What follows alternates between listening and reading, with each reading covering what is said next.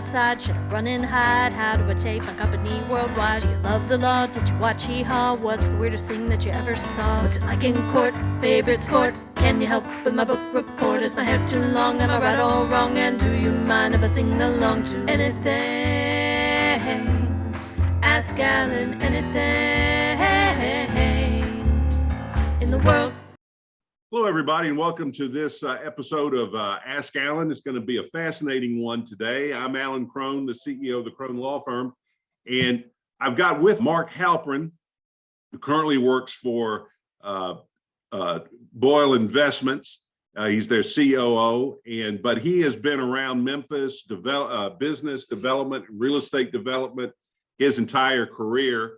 And we're going to talk about Memphis, past, present, and future. And last week we had, Mark, Paul Young on, and we talked a lot about downtown. And your company, Boyle Investments, obviously is active all over the country, but particularly in East Memphis and East Shelby County. So I think it's going to be a good contrast between the two of you. So thank you so much for coming on the program. I'm glad to, and I think it's going to be fun and interesting. Well, tell us a little bit about Boyle. I'll say this: I think if you're a native Memphian, you know their properties, but you may not know about Boyle because they operate pretty humbly under the radar screen. So, just tell us a little bit about Boyle Investments and what they do and have done for Memphis. Well, Boyle is a firm that was in its current form was started in 1933 by Bayard Boyle Sr. and a couple of his siblings, Stone Boyle and Charles Boyle. And the original company was started as a mortgage, what's called a mortgage banker, and was involved in managing property for actually New York Life.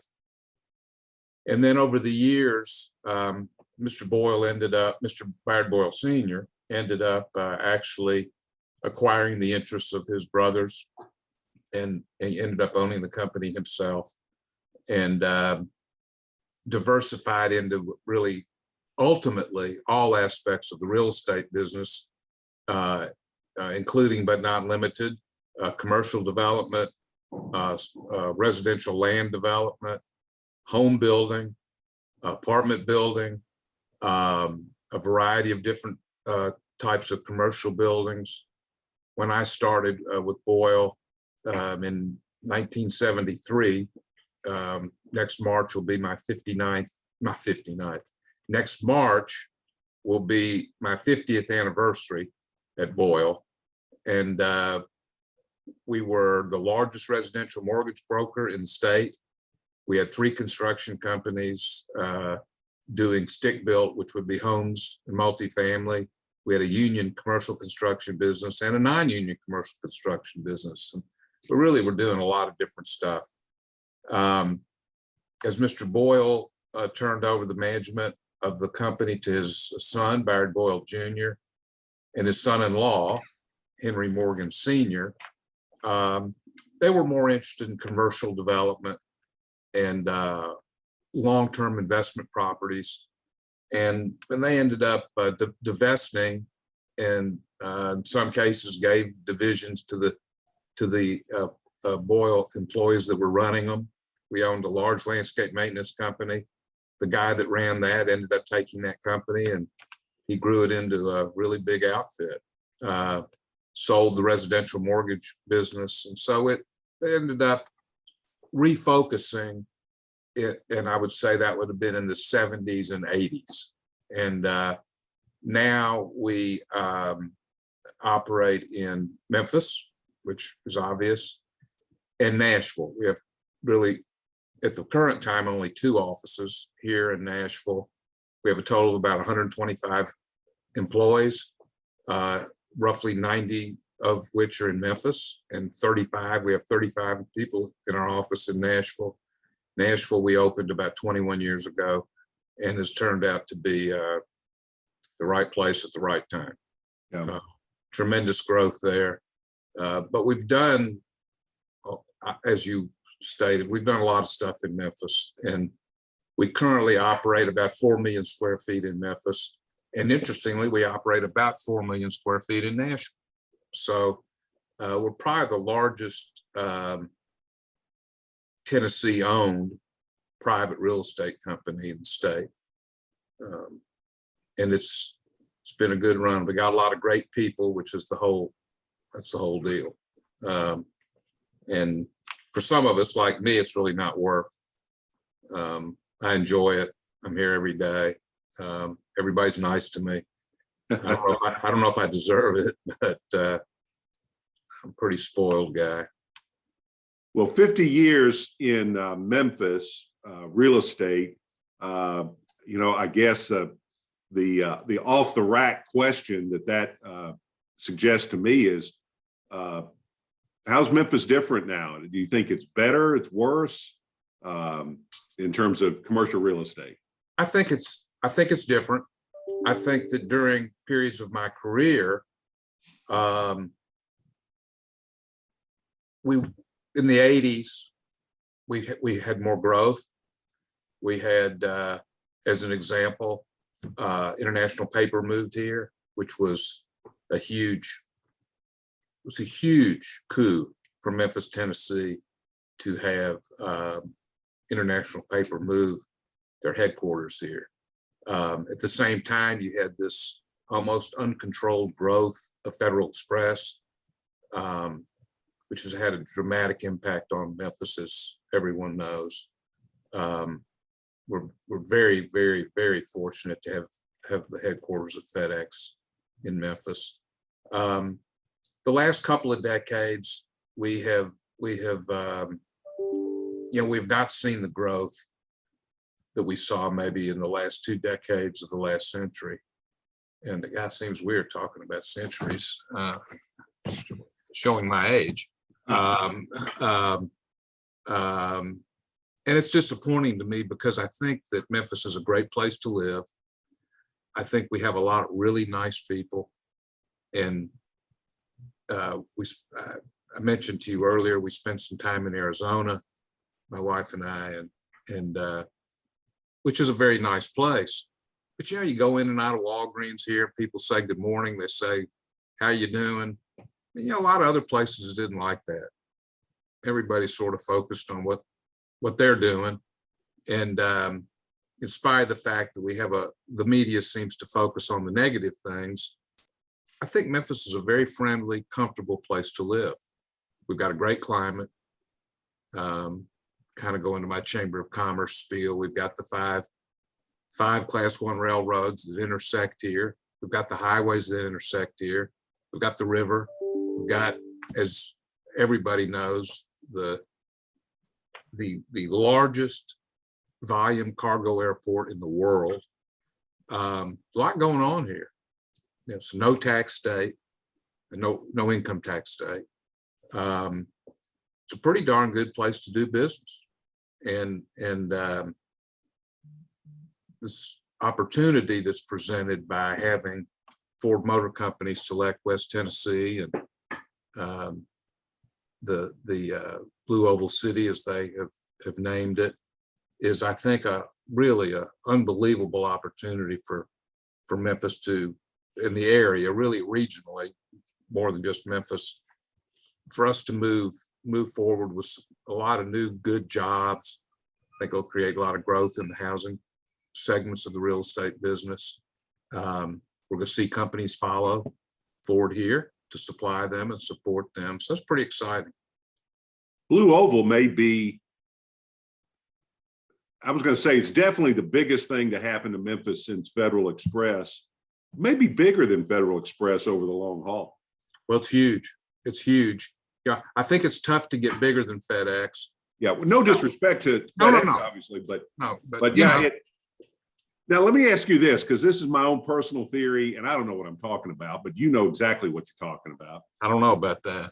You've got a perspective of Memphis and Nashville. My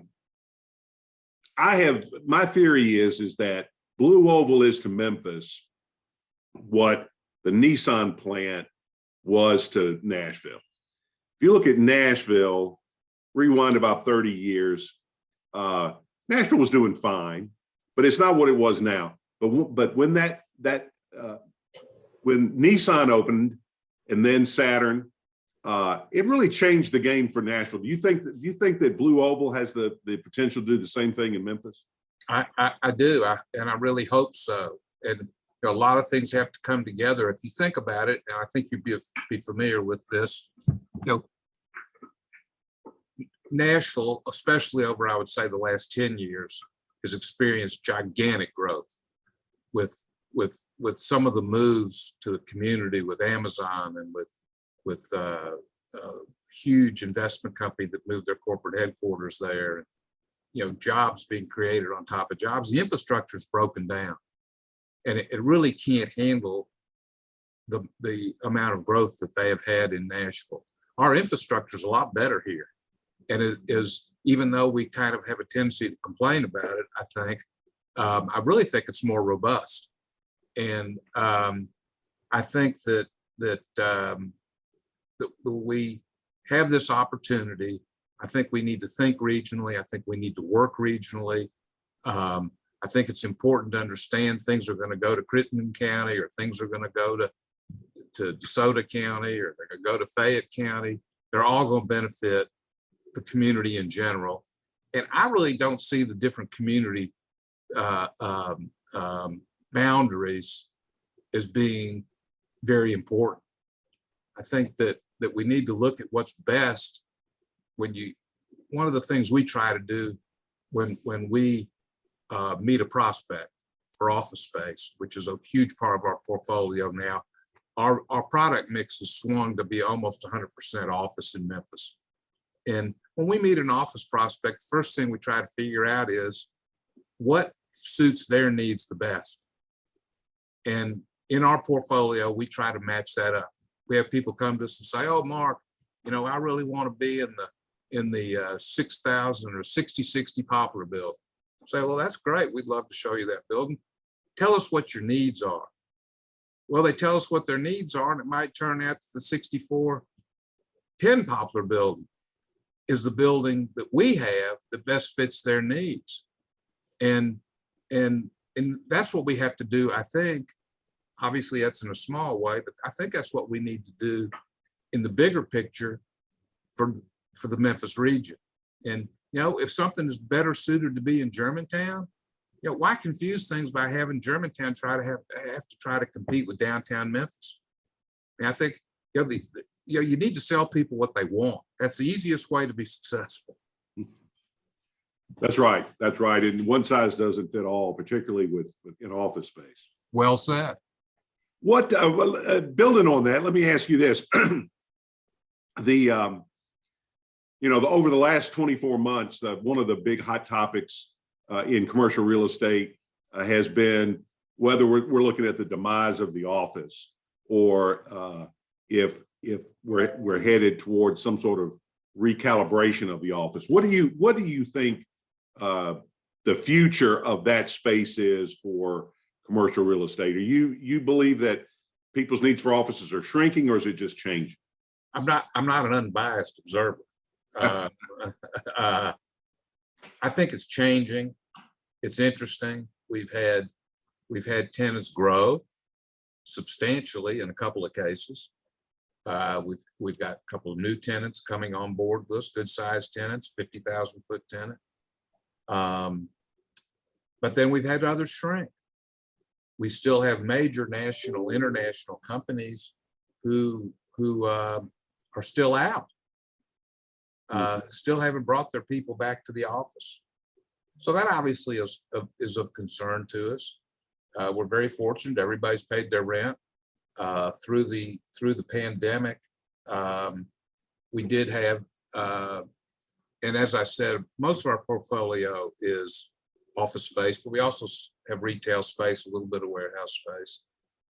The ones that struggled the most during the pandemic in terms of paying rent and keeping their businesses going were the retail tenants.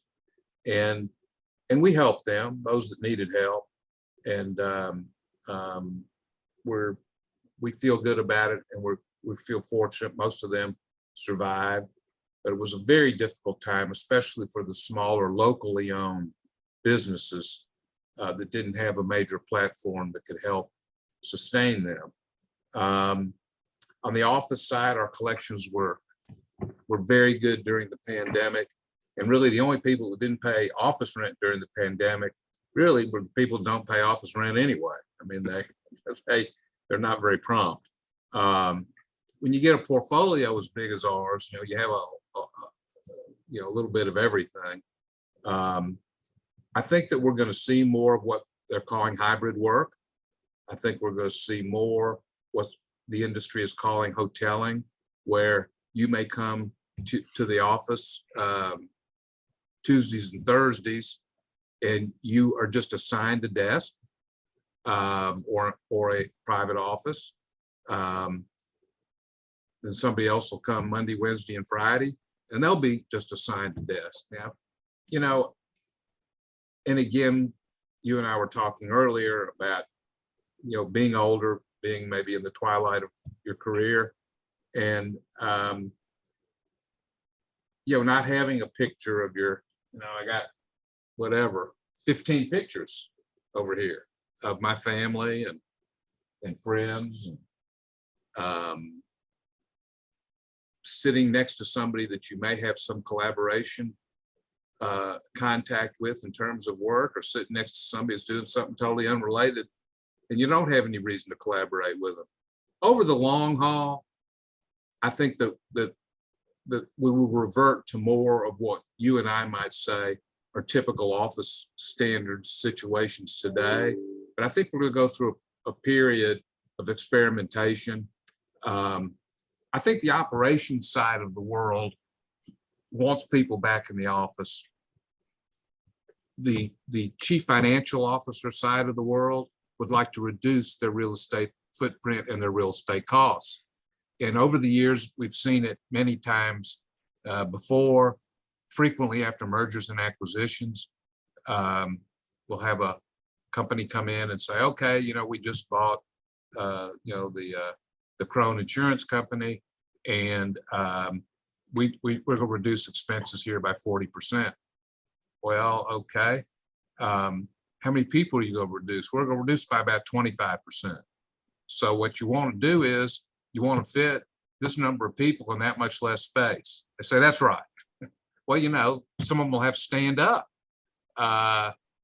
So, you know, it depends on, you know, who's driving the truck at that particular point in time. So I think we're going to see a lot of companies do it a lot of different ways. We have some companies, we have one insurance company, 30,000 foot tenant here at Ridgeway Center, Poplar and I-240, that never shut down during the pandemic. They had half their employees coming one day, the other half the next. They did that through the whole thing. They were very fortunate. They didn't have a lot of people get sick. And as soon as they could, they had 100% of their people back in the office. So, you know, I think we're going to see, I think it's going to be interesting. I think we're going to see a lot of different approaches, new approaches, maybe more share working, you know, the WeWork concept, which is just the new version of the executive suite concept, where people kind of buy a slice of the pie instead of the whole pie. And we've got several of those operations in our different buildings, and they seem to be doing well. So different circumstances for different companies. I think you're right about that. And that goes back to the one size doesn't fit all comment we made earlier.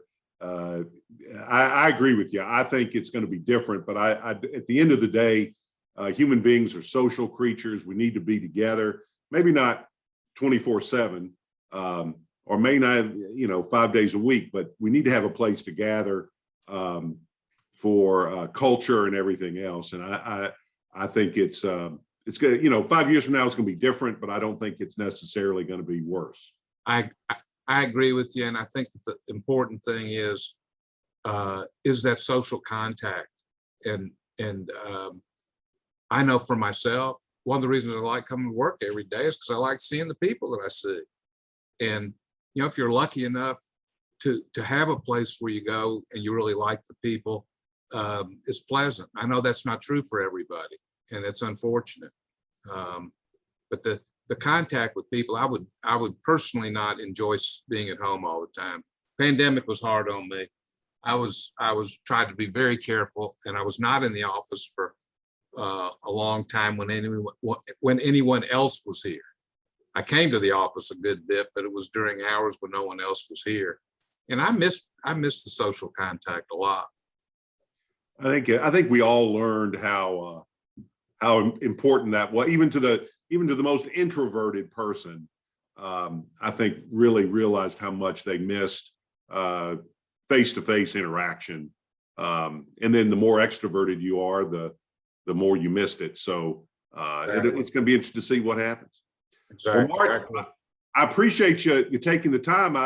I see our time is up, but it's a fascinating conversation. We have to do it again and talk a little bit more about differences and similarities between Memphis and Nashville, and all the great things that Boyle Investments is doing in our state.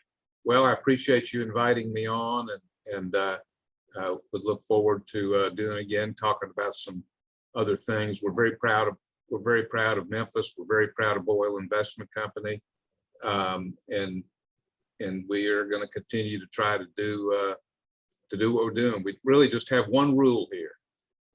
That's do the right thing. And we've been very fortunate that the Boyle family is behind us. And we know that sometimes doing the right thing is not the best thing for business. But they stand behind us, and we're allowed to do what's right. And that has served us really, really well. Well, for my listeners who don't know about Boyle, Memphis wouldn't be Memphis without you guys. You've had a big hand in shaping the way Memphis looks and works and plays, and we appreciate everything that you guys do. Well, we're glad to do it, and we wish you the best, and we look forward to talking to you again soon. All right, very good. Well, I want to thank everybody for watching or listening. If you enjoyed this, I'm sure you did. It's a great show. Please share it or email it or let people, other folks know about it. Email me if you've got any questions or comments about the show. And now Mark is going to go on helping to build up Memphis, and I'm going to go get some justice. Good for you. Thank you all very much.